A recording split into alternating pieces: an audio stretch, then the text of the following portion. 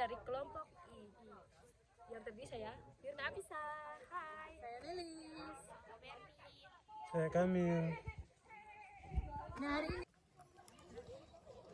Oh, halo guys, sedang di kebun. Kita lagi memetik biji kopi. Panas ya bro, seperti ini. Biji kopinya dipetik secara berputar ya guys. Betul. Agar tidak merusak yang lain, supaya tumbuhnya bisa tumbuh lagi nggak mati. Panas ya Pak? Allahu Akbar, panas banget. Tangannya aja kelihatan.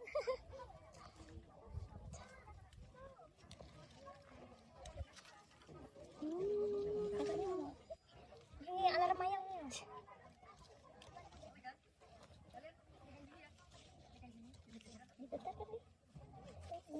Kalau ininya itu bisa nggak sih ke bawah? Oh tadi banyak yang ke bawah. Cute. Kita pakai sebanyaknya. Yay. Teman-teman, kami dari kelas kopi, kami kesini untuk belajar cara memanen kopi yang benar itu bagaimana. Sudah dijelaskan Bapak tadi kalau cara panennya kayak diputar harus yang merah sempurna ya Pak ya, yang boleh dipetik. Kemudian dari lahan ini kira-kira luasnya berapa ya Pak untuk yang bagian sini saja? Ya bagian sini berapa Mbak? Kira-kira 300-an meter dari gimana? Cuma 300-an meter.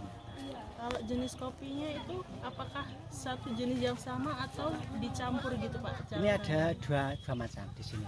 Ada Linnaeus dan Kartika. Linnaeus, Kartika. Linnaeus dan Kartika. Kalau dari perkebunan kopi ini Pak, ini mulai tanamnya dari tahun berapa Pak? Kalau 2012. mulai tanam dari 2012 sampai sekarang. Untuk yang mengelola kebun kopi ini Bapak sendiri dengan dibantu warga atau ada komunitas tersendiri? Kita setiap kebun kita sendiri kita lakukan pemeliharaan sendiri. Jadi kebun kita pelihara sendiri. Kalau habis metik gini Pak, pengolahan kopinya itu masih secara tradisional atau mungkin kan ini kan hasilnya banyak juga kan Pak? Nggak mungkin atau masih cara tradisional atau udah menggunakan alat yang memadai gitu Pak? Untuk pengolahan kopi di sini itu sudah menggunakan alat yang sudah dibuat dari memang Berubah jadi manusia kopi-kopinya lain seperti itu. Kalau proses pengolahan kopi itu bagaimana Pak? Gini. Itu pengolahannya yang pertama itu yang harus kita laksanakan itu dari petani lalu kita sortir itu untuk misalnya ada yang hijau masih belum layak itu kita pisah, kita buang, lalu kita rambang itu kita cari kopi yang bagus. Itu misalnya kita pakai ember kasih air tuh kopi suntak di situ, lalu yang ngendap itu yang bagus, yang apung kita buang karena yang apung itu sudah tanda-tanda kopi kurang sehat. Karena misalnya yang kurang sehat itu kita proses, ini nanti untuk cita rasa juga mengganggu dan kalau itu ada hamanya juga seperti itu. Setelah itu misalnya kita mau bikin honey itu kita paper. Karena di sini sudah ada paper, tapi mau difermentasi kita rendam. Tapi kalau mau kita buat bikin full wash kita cuci dulu. Setelah kita kupas pakai paper tadi kita cuci sampai bersih. Itu setiap 6 jam sekali itu kita ganti air. Nah, itu lalu kita jemur. Berarti pengolahan kopi di sini udah pakai natural sama honey ya Pak? Udah. Ya di sini ada natural, ada honey, ada bungkus, ada anaerob, ada wen juga. Kalau cara perawatan kebun kopi ini bagaimana ya Pak? Kebun kopi misalnya kita ada ada tumbuhan yang ada itu namanya Mbak? Yang ke arah itu namanya apa itu harus kita wiwil. Ini buat moyak. Yang atas itu ya Pak? Kalau kita wiwil itu akan menghasilkan biji yang lebih bagus. Jadi harus wiwil.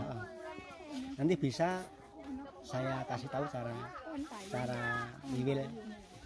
Kan ada yang wiwil cara halus dan kasar. Misalnya yang halus itu kita petik pakai gunting, tapi yang kasar harus kita pegang, kita hilangi. Itu sama batangnya atau bagaimana Pak? Sama batangnya juga. Terus kalau dari pengolahan kopi yang sudah dilakukan ini, penyaluran kopinya kemana aja ya Pak? Atau hanya dikonsumsi sendiri? Ya, ini terima kasih dari doa-doa semua Anda semua, itu kopi sini baru bisa kirim di beberapa daerah, di itu Bali juga, di Lombok juga, Sulawesi, Sumatera juga, Jogja itu tempatnya, Solo juga, dan yang agak jauh mungkin di Prancis, Jerman, Jepang juga sudah. Berarti sudah ke luar negeri juga ya Pak? Ya. Sukses. Itu sudah ada apa itu penghargaan dari Rusia juga ada. Mungkin begitu saja Pak dari saya. Terima kasih ya Pak. Sama-sama. Mohon maaf mengganggu waktunya. Enggak. Mudah-mudahan dapat ilmu enggak sudah datang ke sini. Amin. Terima kasih ya Pak. Halo guys. Kita habis metik kopi. Kok kamu jauh banget sih? Habis panas-panasan Kelompok guys. ini bos. Mana kopi kita? Kamu kopi. Ini mau balik ke bawah. Saya metik Karena kopinya karena di kopinya atas naik. capek woi. Naik tanjakan. Sudahlah nggak pernah olahraga lagi disuruh naik. Memang mengaku. Lumayan capek sih. Seru. Yang pertama, kita melakukan uji kadar Brix, yang mana biji kopi ini memiliki kadar Brix yaitu dengan persentase 9,8%. Untuk proses selanjutnya, merendam biji kopi di dalam baskom yang berisikan air, lalu memilah biji kopi yang berkualitas baik dan buruk.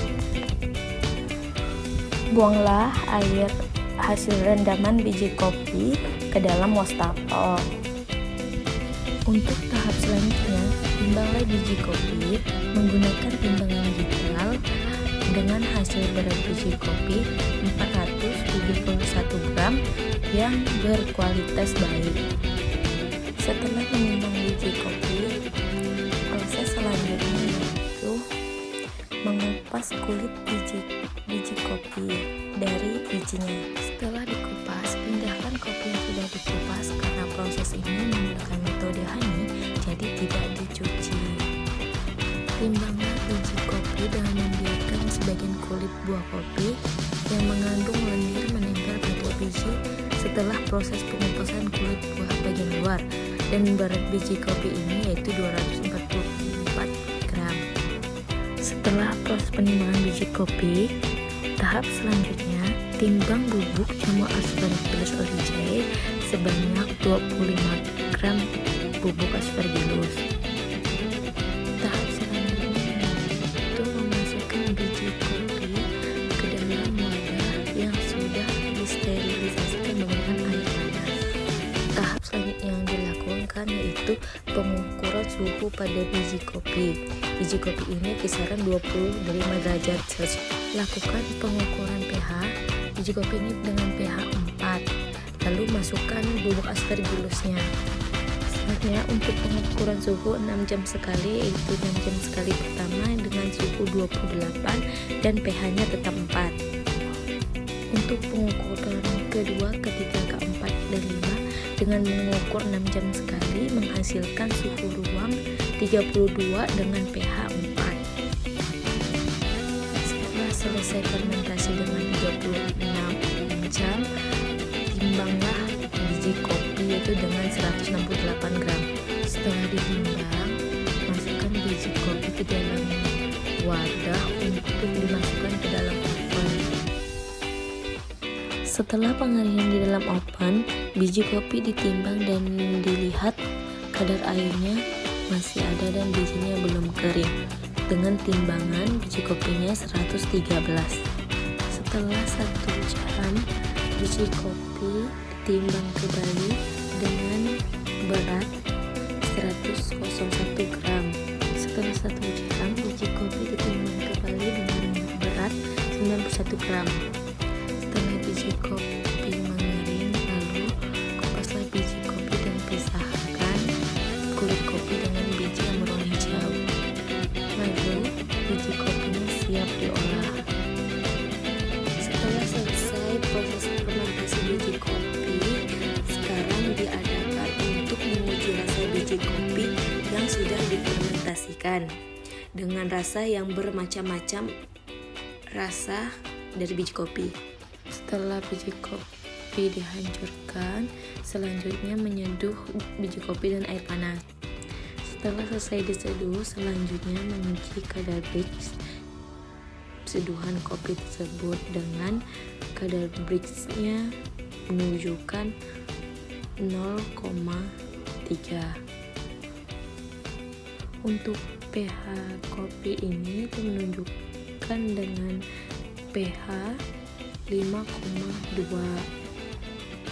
Biopress kopi ini menghasilkan rasa yang menarik karena fermentasi dibantu oleh Aspergillus oryza yang menghasilkan asam glutamat sehingga memberikan rasa gurih dan pahit yang seimbang. Keistimewaan hasil biopress pengolahan kopi terletak pada perlakuan durasi fermentasi, pengecekan pH dan suhu, serta proses pengeringan dengan open. Walau terdapat proses fermentasi, rasanya sedikit asam dan gurih.